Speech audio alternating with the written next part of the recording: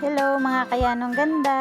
Bay din na nga ang kaganapan kahapon. Napapansin nyo na kasi mangot yung bata kasi ayaw niya ng gulay. Tinanghali na nga ng gising. Nagluto nga pala ako ng adobong kangkong na may tokwa. Kaya yan, kakain muna kami ni Nangnang. Kain po tayo. Yun na nga, inakita ko ni mama sa birthday yan. Abay sabi ko sasama ako, maiging mag-sharon. Bayan nga't nagkakayod ng niyog at gagawa daw siya ng biko. At si Nangnang ay nakaramdam, makulit na bata. Di pwedeng sumama at maulan. Bayan nga't si aking sinusuyo para hindi sumama. Isang oras ko yata itong nililibang at hindi nga rin sumama at maulan. Ayun na nga at niluto na ni mama yung biko. At dadalhin daw niya dun sa my birthday. Ako naman ay katatapos ko diyang maligo at magbibihis na din.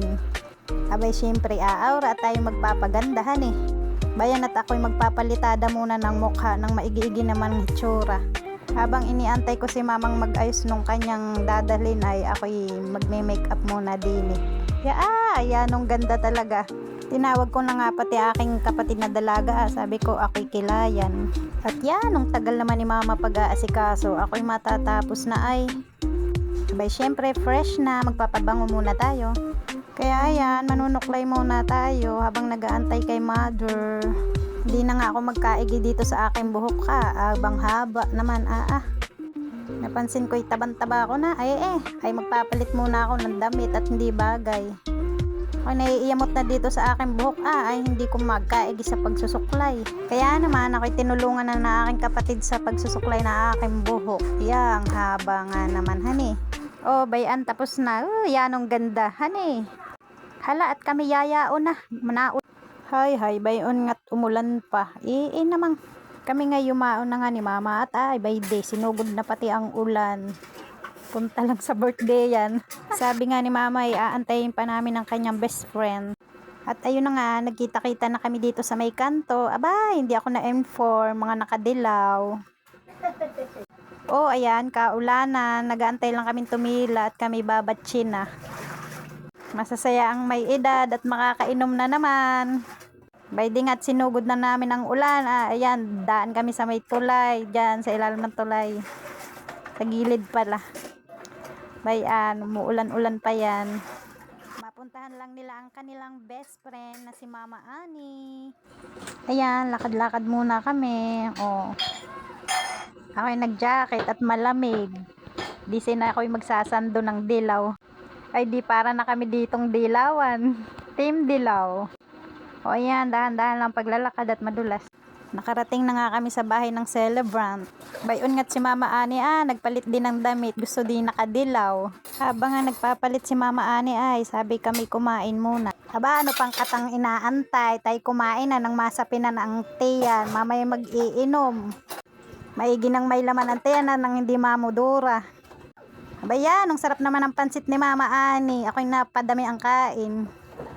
Bayan nga't namumualan pa Ay sige, kain lang kayo diyan.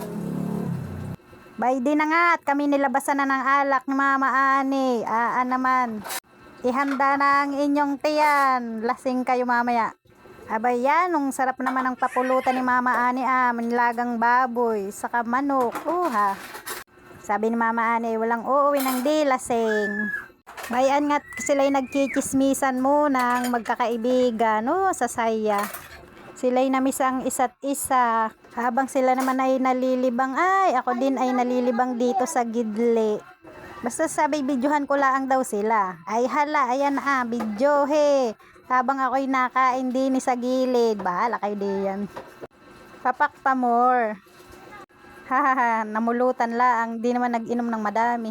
Sabi nga pag tumama na ang alak, bayan, nagsikantahan na. Kantahe, mama, mamaya ikay lasing. Abay, syempre, tagay lang ng tagay, ang may edad. At kumanta na din si Mama Morilla, di papatalo. Ako nga'y tanggera lang din at sabi ko ako'y uuwi din agad. Bayan, taga video. Ako nga ay nakakalasa na diyan at mamaya ako'y mang-aagaw na ng mic. Mamaya lang at sila'y nasisiyahan. Bay din na nga siya ganda at tumirada na. Sabi nga pag nakakalasan ay maigi ng manganta. Siyempre, pakit-cute muna tayo diyan. Kala mo naman maalam kumanta, pangit naman ang boses. Ako nga muna ay kumanta diyan at nililibang ko ang mga may edad at ako'y tatakas mamaya pag uwi. Binulungan ko nga si Mama Ani diyan at sabi ko ako'y magdadala ng Sharon. Sabi, abay oo nini. Hindi pwedeng gabihin at mapapalo ng asawa. Char. Yun na nga, aking niyauna na ang mga may edad at nagkakasiyahan pa sila. Ayaw pa nga akong pawiin. Ba't ginabi na nga sa daan, baydi at naglalakad. At may daladala pang Sharon, o baydi o, daladala ko.